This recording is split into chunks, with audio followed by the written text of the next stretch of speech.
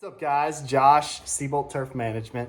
Today we're going to talk a little bit about the pruners that I started out with. I've done a lot of decent sized residential jobs with these pruners, and they're surprisingly inexpensive. If you're trying to get started with landscape projects, these pruners are actually cordless. It's a battery powered pruner that we really like. They're nice and lightweight, and they're also fairly cost effective. I would highly recommend starting out, getting into some landscaping. I know a lot of guys are apprehensive to get into landscaping at first. Seems a little intimidating. It was intimidating to me at first too, but there's a lot of money to be made in pruning jobs, cleanups, mulch jobs. I would highly recommend getting started sooner rather than later. It's a really good boost to your company's overall income. And it's just one of those things that I would really recommend guys start looking into. So let's get started and do a little review on these. All right, guys, so this is the Black & Decker. It's a 22-inch bar pruner that we started using. I think it could be had for under $100, honestly. The batteries are also, I believe it came with one, but you can get additional batteries of varying sizes.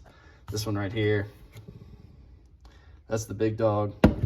And if I could do it over again, I'd probably get 2 or 3 of those, because they will die if you're cutting down especially big like sawgrass type stuff, fountain grass, decorative grasses, the thicker stuff. If you're just doing little boxwoods and stuff like that, the battery will last quite a while. But it comes with a little charger here. It'll show you your progress when your battery's done. But man, these things just came in clutch this season and the previous season when I first started with doing some additional landscape type stuff. This is not like a professional model by any means. It's not meant to be, but it will get you started, get you going. I'm probably going to upgrade this to a steel gas powered unit, but this is good. It's nice and light. If you have people on your team that don't necessarily want to lug around a big gas powered unit all day, for little light stuff and small cleanups, small pruning jobs, this thing will do it all day long. And guys, you don't need to spend a ton of money when you first start, especially with stuff like this that you might only use a handful of times throughout the year if you've only got a few landscape jobs going on. This will definitely do some residential stuff for you, and it won't break the bank. I mean, buy a couple of them and see where it takes you. You don't have to make a huge investment. If you want to just dip your toe in and start, try.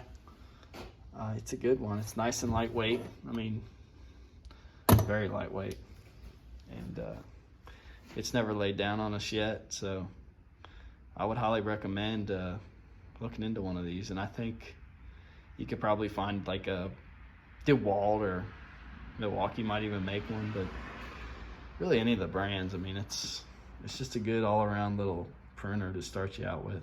Here's an example of some of the little boxwoods. This pruners really shine with stuff like this. Another example of some of the ones that we've trimmed up throughout the season and didn't kill the battery hardly at all. I mean, you can go for quite a while before needing to swap the battery out. All right, guys, so that's pretty much going to be a wrap for today's video. Just wanted to kind of showcase what we started out with. And like I said, yeah, the steel stuff, the Echo stuff is awesome.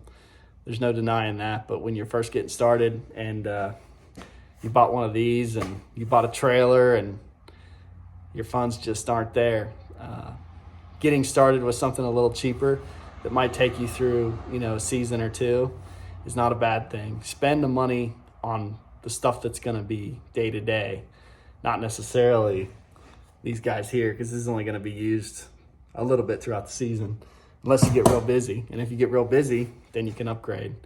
I always like to try and take that money that you make and dedicate a portion of it to upgrades. So always have a little fund on the side that's set aside for tools, replacements, upgrades.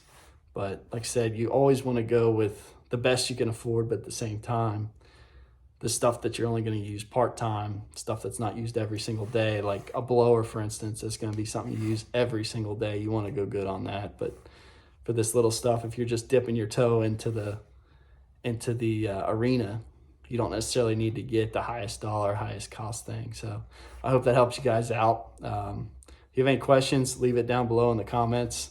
Like, subscribe, and I'll see you on the next one.